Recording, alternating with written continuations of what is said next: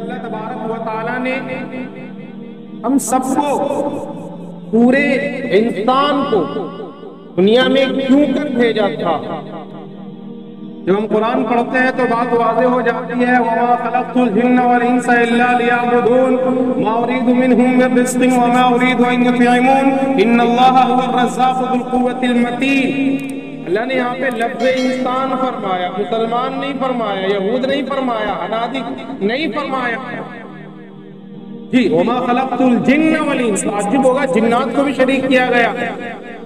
انسان اور جنات کی جماعت، تمہاری تخلیق کا مقصد ہی اللہ تبارک و تعالیٰ کی عبادت ہے، اور رزق وہ اسباب زندگی ہے، مقصد زندگی نہیں ہے۔ انسان زندگی میں جیتا ہے، کھانا زندگی کے لیے ہے، زندگی کھانے پینے کے لیے نہیں ہے۔ اب وہ الگ بات ہے، اللہ ہمیں معاف کرے کہ آج مسلمانوں نے زندگی کا مقصد کھانے کو بنا لیا۔ اب مسلمانوں کے گھروں میں جائے اور پھر وہاں اطوار اور انواع اور اقسام جب کھانا دیکھیں اور ویرائٹی دیکھیں تو بیچارے غیر مسلمین بھی دنگ رہ جاتے ہیں کہ یہ سب بھی کھانے کی چیزیں ہوتی ہیں، ہم نے تو کبھی دیکھا بھی نہیں، سنا بھی۔ یہ اب کی بات ہے اور میرے بھائی ہو، لیکن جب آپ صلی اللہ علیہ وسلم کا سیرت کا مطالعہ کرتے ہیں تو عربی مدنی علیہ السلام کے احوال یہ ہیں کہ آپ صلی اللہ علیہ وسلم نے پوری زندگی کبھی چپاتی روٹی، میدے کو روٹی کو دیکھا نہیں۔ آپ صلی اللہ علیہ وسلم کے زمانے میں نہ کوئی بریانی تھی، نہ کوئی پلاؤ تھا، نہ کوئی قورمہ تھا، اور آپ کہتے چلے جائیں۔ معاملہ یہ ہے کہ مہینوں اور دنوں آپ صلی اللہ علیہ وسلم جی خلاصہ کائنات، جن کے طفیل میں، جن کے وجہ سے، جن کی محبت میں اللہ تبارک و تعالیٰ نے اس عالم کو سجایا ہے۔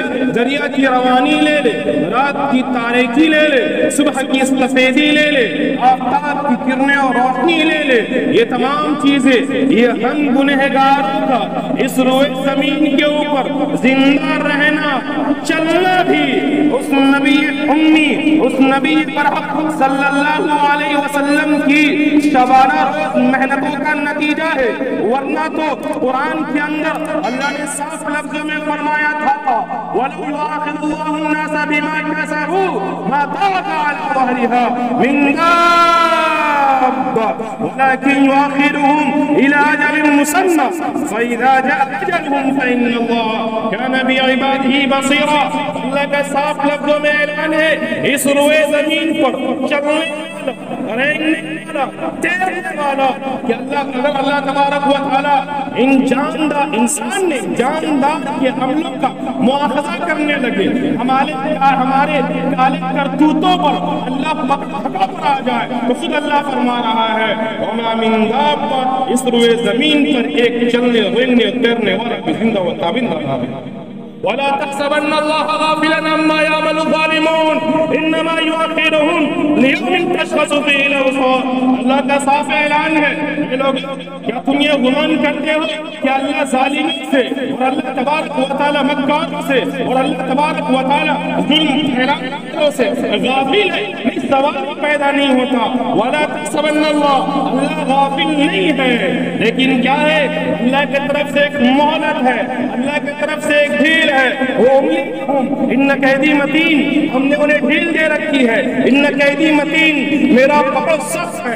ان بطش ربک لشدید، جب اللہ کی پکڑ آئے گی تو نہ آپ زمین کے نیچے جا سکتے ہیں نہ آسمان کے اوپر جا سکتے ہیں، اور ہم اللہ کو عاجز نہیں کر سکتے ہیں۔ اللہ نے فرمایا تھا افحسبتم انما خلقناکم، کیا غیروں کے طرح ہمارا یہ عقیدہ ہے ماں کے پیٹ سے پیدا ہو گئے، چند اچھے برے کام کر لیے اور موت آنی ہے، موت کے بعد کچھ نہیں ہونا ہے۔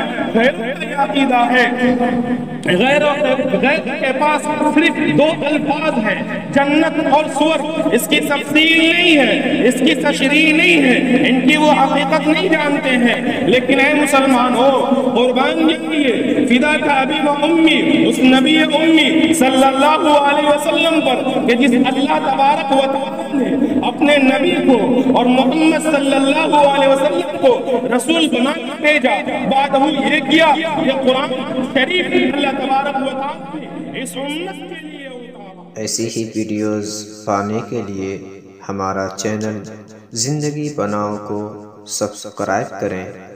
ایسی ہی ویڈیوز پانے کے لیے ہمارا چینل زندگی بناؤ کو سبسکرائب کریں۔